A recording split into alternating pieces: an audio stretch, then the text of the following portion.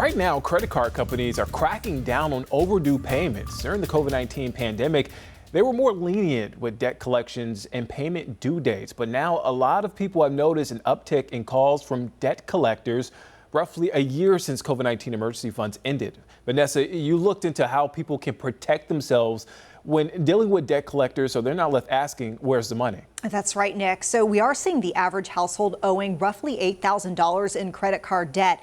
And if you overlook a payment, of course, as you mentioned, debt collectors might be calling to collect. So it is important to know your rights, as several debt collection laws are meant to try to keep collectors from taking advantage of you. So first, there are some certain instances when they cannot call you. So it's important to know this. That includes no calls while you are at work before 8 a.m. or after 9 p.m. And they also can't make multiple calls in a row to try to pressure you. So no harassment with calls. Collectors can't threaten to seize your retirement benefits either, and they can't try to collect debts of a loved one who's died unless you are a cosigner or you agreed in writing somehow to take responsibility.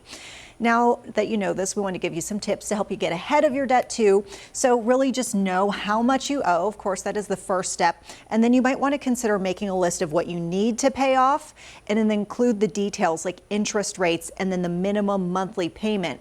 Also, try splitting up a list here and split your spending between wants and needs. So you can save money to pay your debts by cutting down that wants list.